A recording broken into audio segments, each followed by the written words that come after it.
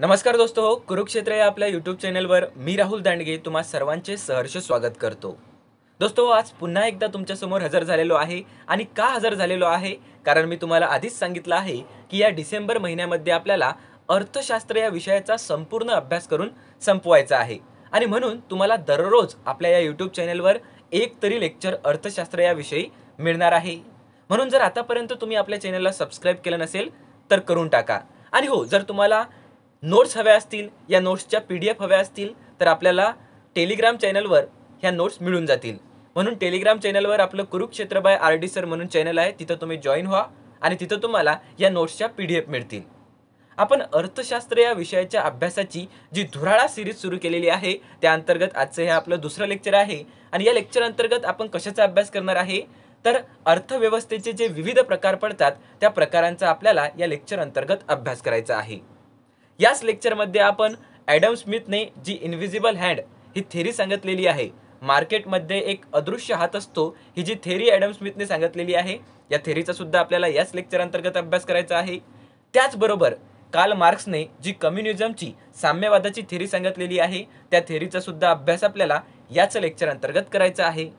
चला तर आपण वेळ वाया न घालवता सरळ आपल्या लेक्चरला सुरुवात करू। अर्थव्यवस्थेचे प्रकार। आता मित्र हो, अर्थव्यवस्थेचे दोन आधारांवर प्रकार पाडले जातात। पहिला आधार म्हणजे की भांडवल जे आहे किंवा संसाधन आहेत त्यांची मालकी कोणाकडे आहे या आधारावर तीन प्रकार पडतात। पहिला प्रकार भांडवलशाही अर्थव्यवस्था, ज्या अर्थव्यवस्थेला तुम्ही बाजार अर्थव्यवस्था असेही म्हणतात किंवा त्या अर्थव्यवस्थेलाच तुम्ही कॅपिटलिस्ट इकॉनॉमी असं सुद्धा म्हणतात। दुसरा प्रकार पडतो साम्यवादी अर्थव्यवस्था, ज्या अर्थव्यवस्थेला तुम्ही कम्युनिझम किंवा कम्युनिस्ट इकॉनॉमी असं सुद्धा म्हणू शकता। आणि तिसरा जो प्रकार आहे तो आहे मिश्र अर्थव्यवस्था, मिक्स्ड इकॉनॉमी, याच अर्थव्यवस्थेला समाजवादी अर्थव्यवस्था असंही म्हणतात। तुम्हाला आता सध्या तुम्ही बिलकुल कन्फ्यूज होऊ नका कारण तुम्हाला एक एक करून सगळं मी पद्धतशीरपणे एक्सप्लेन करणार आहे। दुसरा आधार काय आहे हो तर दुसरा आधार आहे विकासाचा आधार। मग विकासाच्या आधारावर सुद्धा तीन प्रकार पडतात। एक म्हणजे विकसित अर्थव्यवस्था, दुसरा प्रकार म्हणजे विकसनशील अर्थव्यवस्था आणि तिसरा प्रकार म्हणजे अविकसित अर्थव्यवस्था। आता आपण एक एक करून सविस्तर या अर्थव्यवस्थांचा प्रकार समजून घेऊ, सविस्तर माहिती घेऊ। सर्वात आधी विकासाच्या आधारावरील अर्थव्यवस्था, पहिला प्रकार विकसित अर्थव्यवस्था। आता विकसित अर्थव्यवस्था काय असते हो तर उदाहरण देऊन तुम्हाला सांगतो।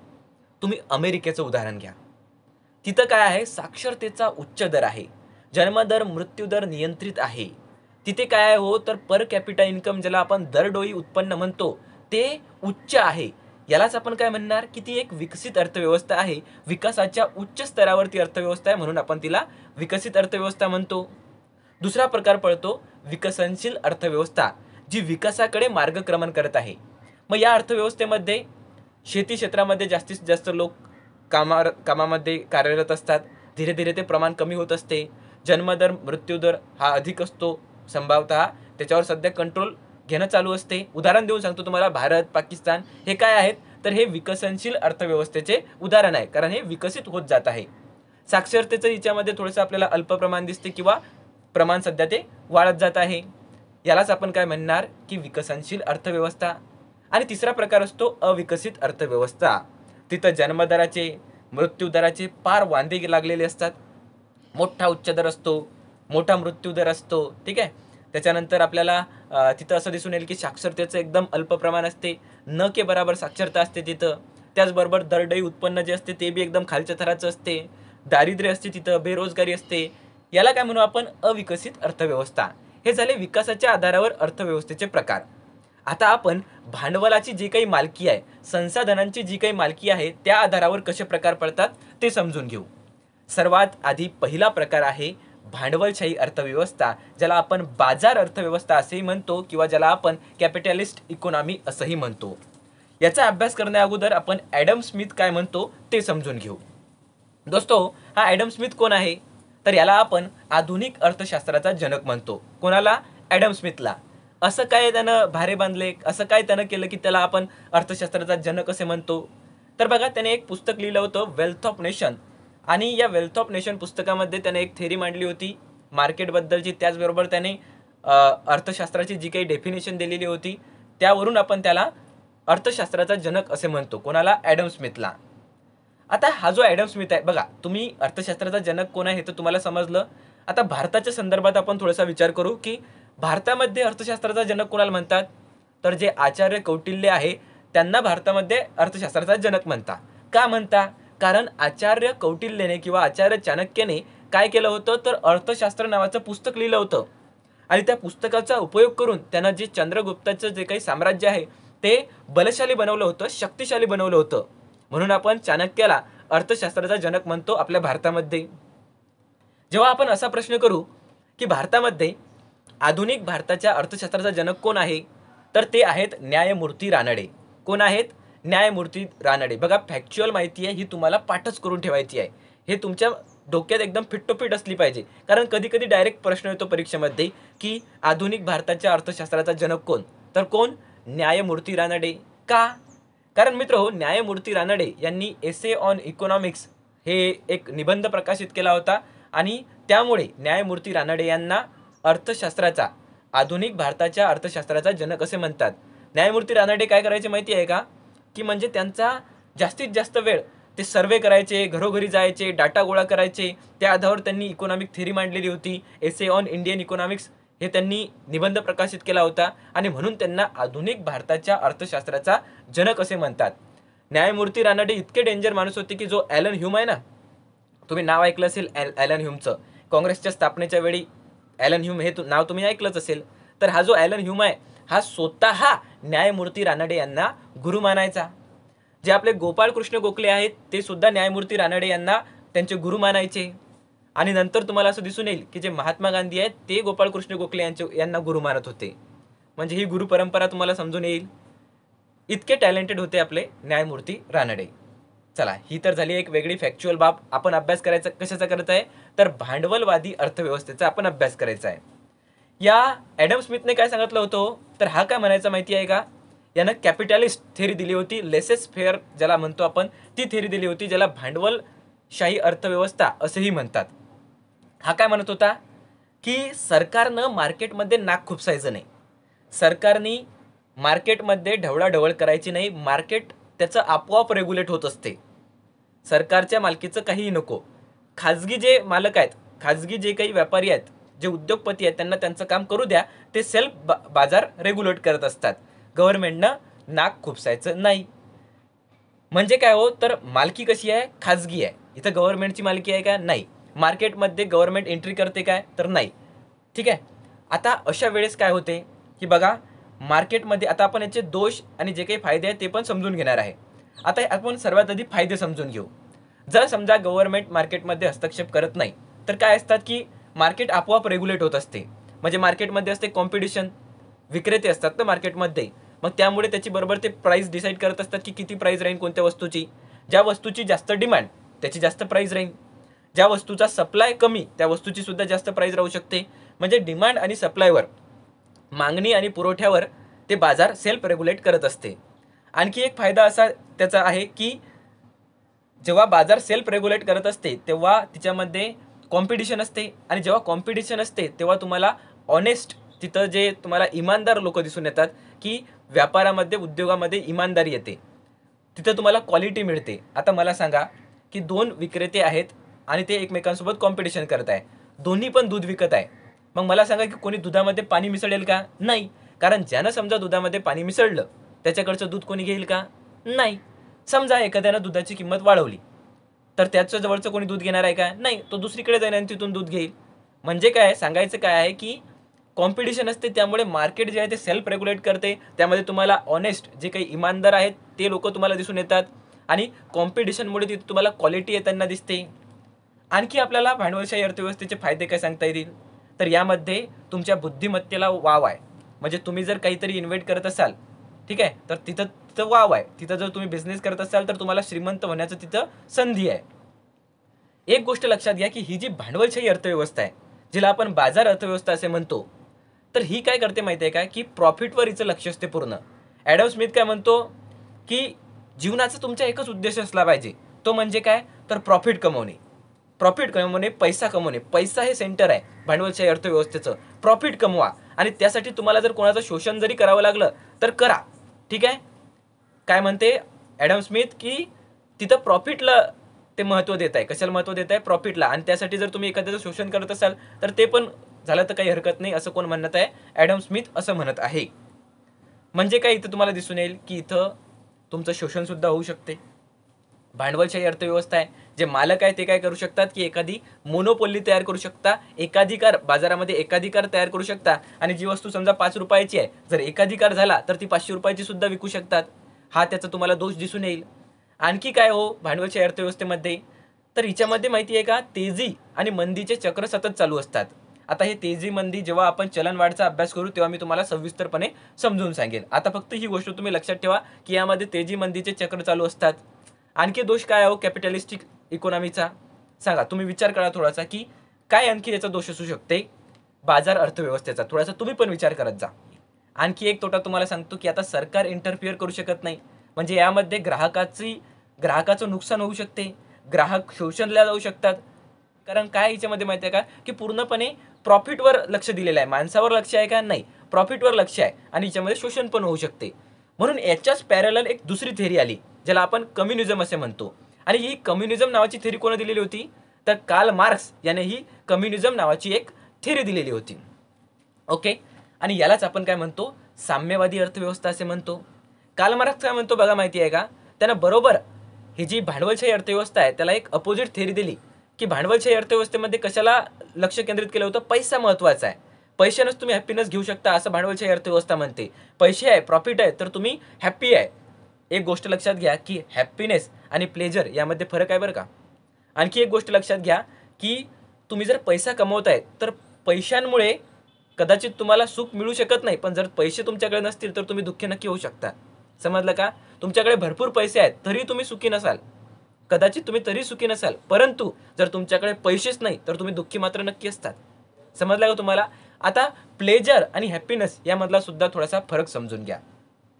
तुम्ही एखादी मूवी बघून आले, ठीक आहे, किंवा तुम्ही तुम्ही कपिल शर्मा शो बघितला किंवा हास्य जत्रा बघितली आणि जोरजोरात तुम्ही हसायला लागले, तर तुम्ही असं म्हणू शकता काय की तुम्ही हॅप्पी आहे म्हणून? तुम्ही समजा झोप काढली, कोणी सेक्स करून आलं, तर तुम्ही असं म्हणू शकता काय की ते हॅप्पी आहेत म्हणून? नाही. ते काय आहे हो, ते क्षणिक सुख आहे, ते प्लेजर आहे. त्यांना काय मिळते? प्लेजर मिळत असते. तुमच्याकडे कार आहे, बंगला आहे, यांना काय मिळत आहे? तुम्हाला प्लेजर मिळत आहे. पण हॅपीनेस म्हणजे काय? तर हॅपीनेस म्हणजे समाधान मित्र. हॅपीनेस म्हणजे काय? समाधान. मग हे समाधान तुम्हाला कसं मिळते? आता तुम्ही जर समजा उद्या तुम्ही IAS झाले, ठीक आहे, तुम्ही कलेक्टर झाले, तर कलेक्टर बनता हे तुम्हाला प्लेजर मिळत आहे. पण जेव्हा तुम्ही कलेक्टर बनता आणि लोकांची सेवा करता आणि ती लोकांची सेवा करून जे समाधान तुम्हाला मिळते तर ते असते हॅपीनेस. तुम्हाला समजलं का हॅपीनेस आणि प्लेजर मधला फरक काय आहे? ही जी भांडवलशाही अर्थव्यवस्था आहे ही म्हणते की तुम्हाला हॅपीनेस कोण मिळवून देईल? पैसा मिळवून देईल. यामध्ये प्रॉफिटवर पूर्ण लक्ष आहे. म्हणून कार्ल मार्क्स नावाचा एक व्यक्ती येतो, तो सांगतो की नाही, पैसा सर्व काही नाही किंवा प्रॉफिट सर्व काही नाही, माणूस सर्व काही आहे. इथं तुम्ही माणसाला किंमत दिली पाहिजे. आणि म्हणून आली साम्यवादी विचारधारा, की ज्यामध्ये साम्यवाद असं म्हणतो की अर्थव्यवस्थेमध्ये जे काही भांडवल आहे, जी काही संसाधने आहे, त्याची सर्व मालकी कोणाकडे असली पाहिजे? तर ती असली पाहिजे गव्हर्नमेंटकडे. कोणाकडे? ती मालकी असली पाहिजे सरकारकडे. आता याचे पण खूप सारे गुणदोष आहेत बरं का, त्याचा सुद्धा आपण अभ्यास करणारच आहे. आणखी हे साम्यवाद काय म्हणत असतो की बघा, तुम्हाला नेहमी, हा कार्ल मार्क्स काय म्हणतो की नेहमी जे भांडवलवादी लोक आहेत किंवा ज्यांच्याकडे भांडवल आहे ते आणि एक दुसरे आहेत मजूर वर्ग, तर यामध्ये नेहमी संघर्ष चालू असतो आणि त्यांनी नेहमी एकमेकांसोबत संघर्ष केला पाहिजे. ज्यामध्ये जे मजूर वर्ग आहे त्यांनी भांडवलदार वर्ग जो आहे त्याला नष्ट केलं पाहिजे आणि सार्वजनिक मालमत्ता म्हणजे सरकारची मालमत्ता बनवली पाहिजे, सरकारी मालमत्ता बनवली पाहिजे सर्व. म्हणजे तिथं मालकी कोणाची असणार आहे? तर सर्व मालकी ही गव्हर्नमेंटची असणार आहे. बाजार कोण नियंत्रित करणार आहे? तर गव्हर्नमेंट नियंत्रित करणार आहे. कोणत्या अर्थव्यवस्थेमध्ये? साम्यवादी अर्थव्यवस्थेमध्ये, ज्यांना तुम्ही कम्युनिस्ट इकॉनॉमी असे म्हणता. कोणी दिली थेरी? तर कार्ल मार्क्स यांनी दिली. हे तुमचं पाठच झालं पाहिजे म्हणून तुम्हाला वारंवार सांगत आहे मी. समजलं का? आता या कम्युनिस्ट इकॉनॉमीचे गुणदोष काय आहेत ते समजून घ्या. आधी आपण जे गुण आहेत ते समजून घेऊ. सरकार सेल्फ रेग्युलेट करते, याचा अर्थ काय हो की ते इक्वॅलिटी आणायचा प्रयत्न करत असते, सर्वांना समानतेची संधी देण्याचा प्रयत्न करत असते. हा एक फायदा झाला. यामध्ये लोकांच्या कल्याणाचा विचार केला जातो, समाज हिताचा विचार केला जातो, न की प्रॉफिटचा विचार केला जातो. सगळी मालकी सरकारकडे असते. ओके. आता दोष काय काय आहेत? तर बघा, दोष असे आहेत की भांडवलशाही अर्थव्यवस्थेमध्ये तुम्हाला व्यक्तिगत तुमच्या कौशल्याला वाव होती, परंतु या साम्यवादी अर्थव्यवस्थेमध्ये मध्ये तुमच्या व्यक्तिगत कौशल्याला वाव आहे का? नाही, तुमच्या मालकीचं काही नाहीच आहे. म्हणून तुम्ही कधी काही इन्व्हेंट करायचा प्रयत्न करणार काय, काही शोध लावण्याचा प्रयत्न करणार काय? नाही. तुम्हाला असं वाटेल चला आपल्या मालकीचं काही नाहीच आहे, सगळं असतं काही गव्हर्नमेंटच्या मालकीचं आहे. म्हणून यामध्ये व्यक्तिगत कौशल्याला तुमच्या वाव मिळत नाही. आणखी एक गोष्ट की ही जी साम्यवादी अर्थव्यवस्था आहे यामध्ये काय होते हो, तर यामध्ये असं होऊ शकते की एखादा तानाशा बनू शकतो. सगळी मालकी एकाकडे आहे, सरकारकडे आहे, एकच तुमचं सरकार सगळं काही पाहत आहे. मग अशा वेळेस काय होऊ शकते की तानाशाही, ज्याला आपण राजेशाही असे म्हणतो, ती येऊ शकते. डेमोक्रेसीची, लोकशाहीची वाट लागू शकते. ही गोष्ट साम्यवादी अर्थव्यवस्थेमध्ये घडू शकते. हे झाले त्या अर्थव्यवस्थेचे गुण आणि दोष. आपण भांडवलशाही अर्थव्यवस्था बघितली, आपण साम्यवादी अर्थव्यवस्था बघितली, आपण कार्ल मार्क्सचा सुद्धा अभ्यास केला, आपण ॲडम स्मिथनं जी काही इनव्हिजिबल हँडची जी थेअरी दिली तिचा सुद्धा अभ्यास केला. आता या दोघांचंही कॉम्बिनेशन म्हणून एक वेगळी विचारधारा आली, एक वेगळी अर्थव्यवस्था आली. त्या अर्थव्यवस्थेला म्हणतात मिश्र अर्थव्यवस्था. कोणती अर्थव्यवस्था म्हणतात? मिश्र, मिक्स्ड इकॉनॉमी असेही म्हणतात, किंवा या इकॉनॉमीला तुम्ही समाजवादी अर्थव्यवस्था असेही म्हणू शकता. का? बघा, भांडवलशाही अर्थव्यवस्थेमध्ये सगळी मालकी कोणाची आहे? प्रायव्हेट सेक्टरची, खाजगी क्षेत्राची मालकी आहे सगळी. कम्युनिस्ट इकॉनॉमीमध्ये किंवा साम्यवादी अर्थव्यवस्थेमध्ये मालकी कोणाच्या हाती आहे? सगळी मालकी गव्हर्नमेंटच्या हाती आहे. परंतु जी मिश्र इकॉनॉमी असते, मिश्र अर्थव्यवस्था असते, त्यामध्ये काय आहे की गव्हर्नमेंटचा पण काही वाटा असतो, गव्हर्नमेंटच्या मालकीचं पण खूप काही असते आणि प्रायव्हेट सेक्टरच्या मालकीचं असते. दोघंही सह अस्तित्वानं तिथं राहत असतात. भांडण करायची गरज आहे काय? सगळं सरकारीचं आहे काय? नाही. सगळं प्रायव्हेटचं आहे का? नाही. दोघं मिळून मिसळून कार्य करत असतात. यालाच काय म्हणतात?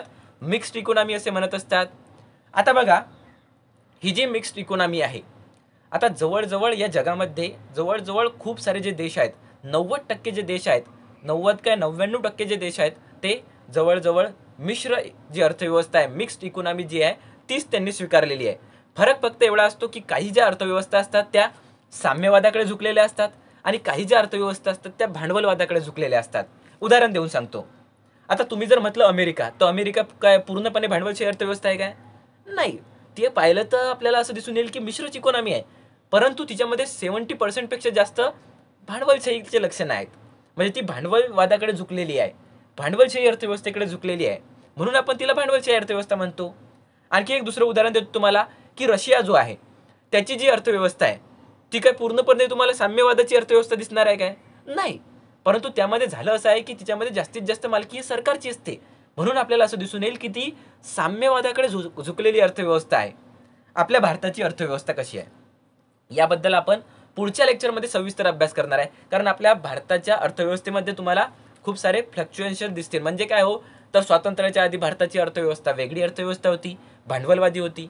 स्वातंत्र्यानंतर लगेच आपल्याला जेव्हा श्यामाप्रसाद मुखर्जी आले, ज्यांनी पहिलं औद्योगिक धोरण जाहीर केलं, तेव्हा आपल्याला असं दिसून येईल की आपण मिश्र अर्थव्यवस्था स्वीकारली, पण कशी? भांडवलवादाकडे झुकणारी. त्यानंतर नेहरू आले. नेहरू काय म्हणाले की आपण आता समाजवादाकडे झुकत आहे. आवडी अधिवेशन झालं होतं, त्या अधिवेशनामध्ये नेहरू म्हटले होते की आपण आता समाजवादाकडे झुकत आहे. मग ते समाजवादाकडे झुकायला लागली. 1991 मध्ये क्रायसिस आले, अर्थव्यवस्थेचा क्रायसिस आले, ज्याला आपण काय म्हणतो की अर्थव्यवस्थेचं अरिष्ट आलं, संकट आलं, आणि ज्यामुळे आपण उदारीकरण, खाजगीकरण, जागतिकीकरण याचा स्वीकार केला. आणि त्यामुळे काय झालं की आपली जी अर्थव्यवस्था आहे ती 1991 पासून पुन्हा एकदा भांडवलवादाकडे झुकायला लागलेली आहे. हा फरक आपल्याला दिसून येईल. समजलं काय? आणि या अर्थव्यवस्थेचा म्हणजे आपल्या भारतीय अर्थव्यवस्थेचा आपण पुढच्या लेक्चरमध्ये सविस्तर अभ्यास करणार आहे. कोणती अर्थव्यवस्था आहे तिसरी? आपली मिक्स्ड इकॉनॉमी, ज्याला आपण काय म्हणतो? मिश्रित अर्थव्यवस्था असे म्हणतो, किंवा समाजवादी अर्थव्यवस्था असेही म्हणतो. तुम्हाला समाजवाद आणि साम्यवाद यामधला फरक समजून आला असेल. बघा, साम्यवाद काय म्हणतो की तुम्हाला समानता स्थापित करायची आहे, आणि साम्यवादामध्ये कसं आहे की समानता जर स्थापित करायची असेल तर तुम्ही रक्तरंजित क्रांती करू शकता. मार्क्स काय म्हणतो की समानता स्थापित करायची आहे आणि त्यासाठी क्लास स्ट्रगल अटल आहे. म्हणजे भांडवलदारांकडे आणि जे काही मजूर आहेत त्यांनी एकमेकांसोबत नेहमी लढलं पाहिजे. तो क्लास स्ट्रगल म्हणतो आपण त्याला. रक्तरंजित क्रांती केली पाहिजे आणि समानता प्रस्थापित केली पाहिजे, असं कार्ल मार्क्स म्हणतो. साम्यवाद आहे तो. समाजवाद काय म्हणते की तुम्हाला रक्तरंजित क्रांती करायची काही गरज नाही, तुम्ही शांततेच्या मार्गाने सुद्धा समानता प्रस्थापित करू शकता. साम्यवाद काय म्हणतो की सगळीची सगळी जी मालकी आहे ती गव्हर्नमेंटची असली पाहिजे. पण समाजवादी अर्थव्यवस्था काय म्हणते? समाजवाद काय म्हणतो की खाजगी पण थोडंफार पाहिजे आणि गव्हर्नमेंटचं पण पाहिजे, दोघांनी सहअस्तित्वानं पुढे गेलं पाहिजे. हा फरक आपल्याला साम्यवाद आणि समाजवाद यामधला दिसून येईल, आढळून येईल. आता दोस्तो, ही जी काही साम्यवादी अर्थव्यवस्था आहे बघा, एक एक करून सगळा पॉईंट तुम्ही लक्षात घ्या. ही जी साम्यवादी अर्थव्यवस्था आहे ना, तिलाच तुम्ही प्लॅन्ड इकॉनॉमी म्हणजे काय, आपण काय म्हणू त्याला, प्लॅन म्हणजे काय, नियोजित अर्थव्यवस्था असे म्हणू शकता. का? कारण या अर्थव्यवस्थेमध्ये काय असते माहिती आहे का, हे रशियाचं मॉडेल आहे साम्यवादी अर्थव्यवस्थेचं. त्यामध्ये प्लॅन केला जातो, 5-5 वर्षाचे प्लॅन केले जातात, पंचवार्षिक योजना आखल्या जातात आणि म्हणून आपण त्याला प्लॅन इकॉनॉमी किंवा नियोजित इकॉनॉमी असंही म्हणतो. पण याचे सुद्धा 2 प्रकार पडतात. एक आदेशात्मक असते, ज्यामध्ये आदेश दिलेले जातात, आणि दुसरी एक असते सूचनात्मक असते, सूचकात्मक असते, ज्याला इंडिकेटिव्ह प्लॅनिंग असेही म्हणतात. समजलं का तुम्हाला? बघा, साम्यवादी अर्थव्यवस्थेचे किंवा जिला आपण प्लॅन इकॉनॉमी, नियोजित अर्थव्यवस्था असेही म्हणू शकतो, तिचे 2 प्रकार पडतात. आदेशात्मक, ज्यामध्ये आदेश देऊन अर्थव्यवस्था चालवली जाते, आणि दुसरा प्रकार आहे सूचकात्मक, ज्यामध्ये सूचना देऊन, साथ देऊन ती अर्थव्यवस्था चालवली जाते. एक एक करून समजून घेऊ. मला उदाहरण देतो. बघा, गव्हर्नमेंटचंच उदाहरण देतो. आता गव्हर्नमेंट चालवायची आहे, तर एखादा समजा पंतप्रधान आहे, तर तो काय करू शकतो, डायरेक्ट एकेका कमिटीला किंवा एकेका मंत्रालयाला आदेश देऊ शकतो, किंवा एखाद्या कंपनीला प्रोडक्शन करायचं आहे तर आदेश देतो की चल आज कारांचं तुम्ही प्रोडक्शन करा, म्हणजे तुम्हाला इतके महिन्यामध्ये इतके कार मला प्रोड्यूस करून द्या. पण जे सूचकात्मक असतात हे झाले आदेशात्मक. पण जे सूचकात्मक असतात ते काय करतात की हे कंपनीवाले इकडे या, तुम्हाला कारचं प्रोडक्शन करायचं आहे, गाड्यांचं प्रोडक्शन करायचं आहे, बरं त्यात जर तुम्हाला काही अडचण लागली तर ती मदत करतो, तुम्हाला काय लागलं ते सांगा. मग गाडीचे जे काही ते कारखानदार असतात ते म्हणता आमच्या इथं रस्ताच बरोबर नाही, मग सरकार म्हणते ठीक आहे मी रस्ता बांधून देतो, पण कारचं प्रोडक्शन झालं पाहिजे. ते म्हणता आमच्याकडे इलेक्ट्रिसिटीच नाही, बरं ठीक आहे तुम्हाला 24 तास इलेक्ट्रिसिटी देतो, पण कारचं प्रोडक्शन झालं पाहिजे. आणखी काही अडचण लागते काय, सबसिडी पाहिजेत काय, ती पण देतो, पण तुमचं कारचं प्रोडक्शन झालं पाहिजे. याला काय म्हणतो आपण, सूचकात्मक प्लॅनिंग म्हणत असतो. कशी प्लॅनिंग म्हणतो? सूचकात्मक, ज्यामध्ये तुम्हाला सूचना दिल्या जातात किंवा सूचक तुम्हाला वक्तव्य केले जातात, जेणेकरून ते प्रोडक्शन वाढवतील. आदेशात्मक कसं आहे हो, ऑर्डर दिल्या जातात. ही थोडीशी घाण विचार आहे, परंतु जी सूचकात्मक आहे ती चांगली आहे, ज्यामध्ये विकास, तुम्हाला प्रगती आढळून येते. बघा, अर्थव्यवस्थेचे आपण सर्व प्रकार आता डिस्कस केलेले आहे. आय होप तुम्हाला अर्थव्यवस्थेचे हे सगळे प्रकार समजले असतील. चला तर भेटूया पुढील व्हिडिओमध्ये. तोपर्यंत हसत खेळत अभ्यास करत राहा. आणि हो, जर तुम्ही आतापर्यंत आपल्या चॅनलला सबस्क्राईब केलं नसेल तर करून टाका. धन्यवाद.